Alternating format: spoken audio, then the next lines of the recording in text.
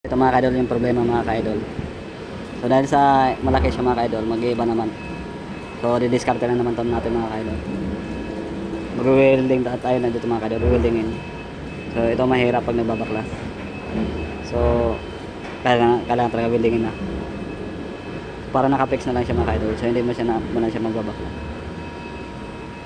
Laki na agwat nila mga ka-idol.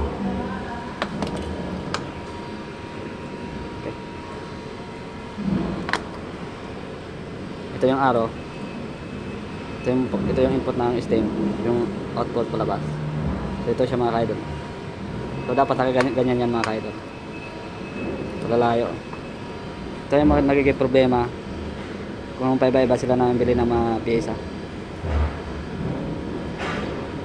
So ang gagawin natin dito mga ka-idol, kakatingin to. Tapos ano na tong nail plate, tapos saka welding. So para may kabit lang mga ka-idol.